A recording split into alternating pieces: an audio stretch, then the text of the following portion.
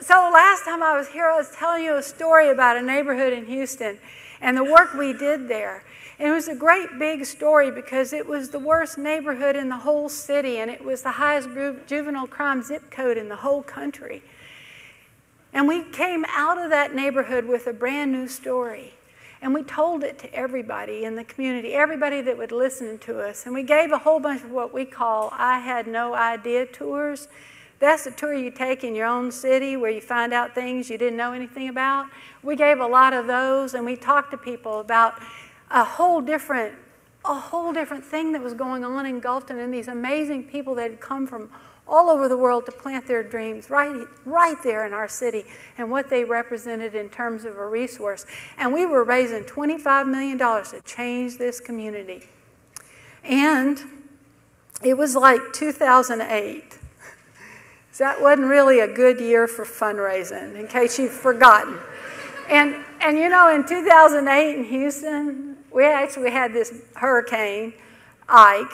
I know y'all don't remember because, you know, it happened in Houston and in Texas and not on the East Coast where it was Superstorm Sandy when y'all had it. But it was a great big old hurricane. So we were raising this money, and we were going to build this amazing village center in the heart of the immigrant community in Houston. We were having an ugly talk about immigration.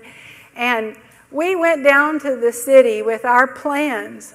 And on grand opening day, the pictures you just saw, the guy that works at the city told us that when he saw those plans, he and all of his team got together and said, this has a snowball's chance in hell of ever being built.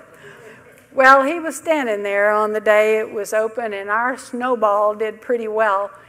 And then a bigger snowball happened.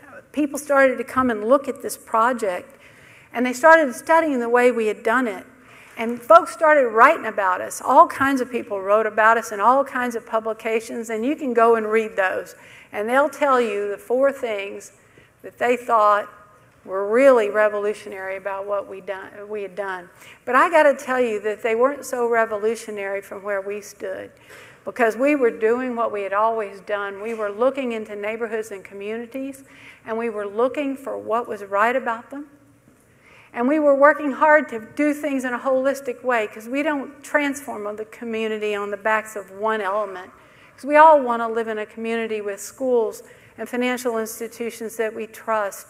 We want a way and a place to get together. We want it to be a whole picture. Well, we were using all kinds of money, public and private, and that hadn't been done before in the way we had done it. And then we were large.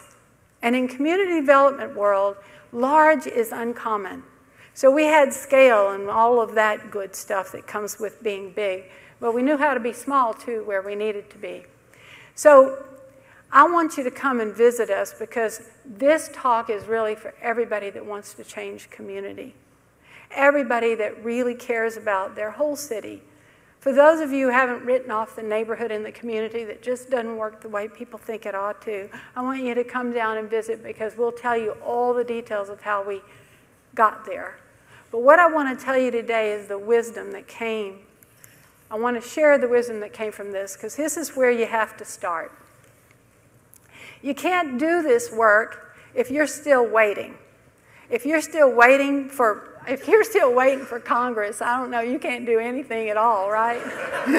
So that just ain't going to help, right? So no one's coming. No one is going to show up with the right enabling policy and just the funding you need and the exact model that fits. Whatever you care about, whatever you look at every day and say, my God, this needs to be different. If it's really going to be about people and possibility and promise, this has to change. It's up to you. And it doesn't mean you won't have any help, but you got to own it. What gets led gets done. So, yeah, and you can't build on broken. So when you get started, look around to see what's already working. Study it hard. Take out that great big magnifying glass we use all the time to go over in minute detail everything that's going badly, to examine our mistakes, to look at poor communities and diagnose the problems and chronicle the ways in which they're not measuring up. Get out that magnifying glass and shine it on what's working. We're going into a new neighborhood now at their invitation, and we have our magnifying glass out, and we're looking at this community that in every way has been written off. I mean, written off in the way where we went ahead and annexed everything around it, and it sits in the city but not of the city, underserved in every possible way. But this community believes that there's something important there. They tax themselves to buy land, to hold it there. They've invited us to come in. Last night we signed an agreement and they pledged this land for us to build a center there. A center for possibility, a center for promise, a center for the future for that community. Because it's all about looking at things in a holistic way. And when we built this center at Baker Ripley that got us so famous, you know, we didn't choose between a clinic and a school and immigration services and a credit union. They're all there.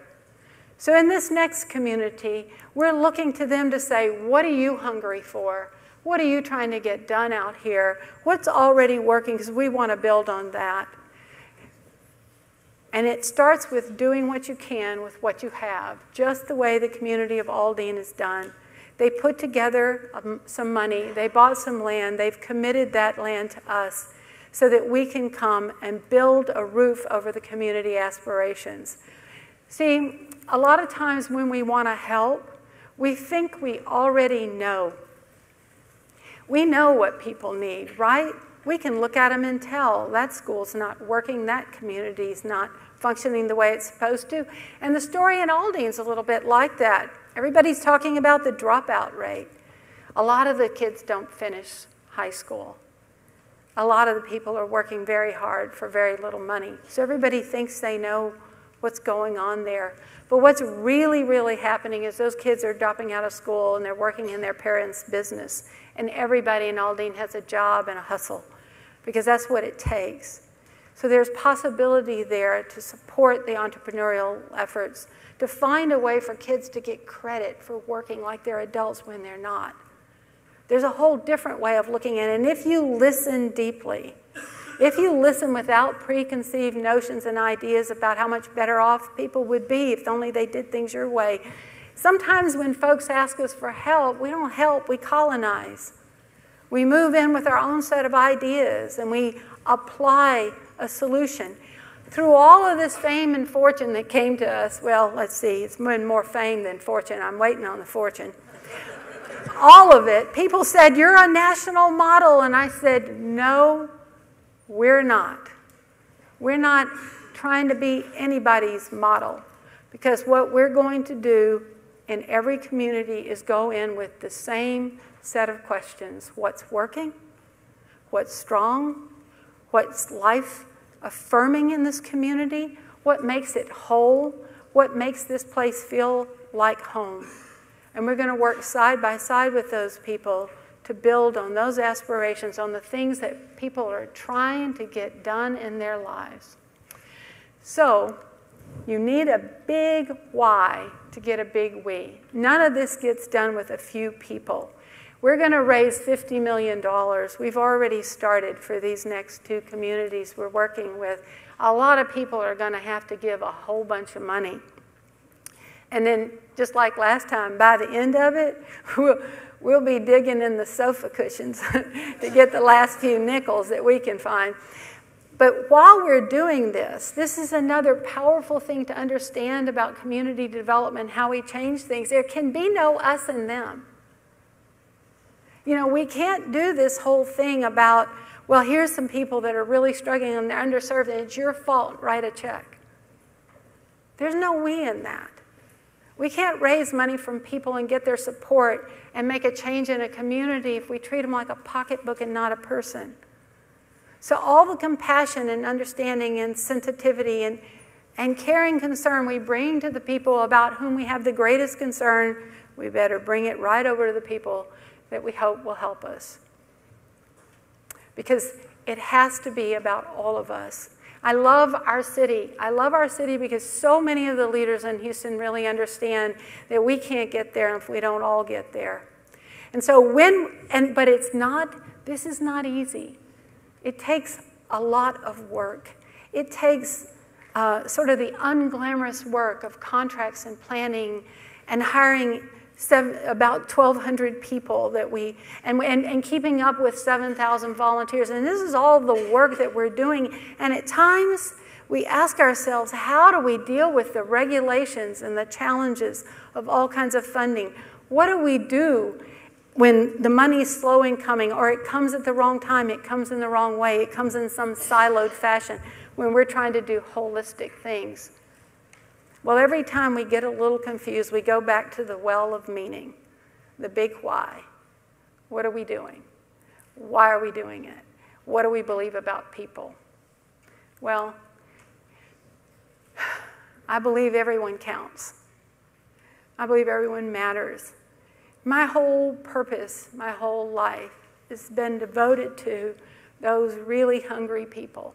I'm not talking just about the people that can't fill their stomachs at night, and that's painful, but I'm talking about the people so hungry for a better life. They get up every day thinking about, what is the way forward?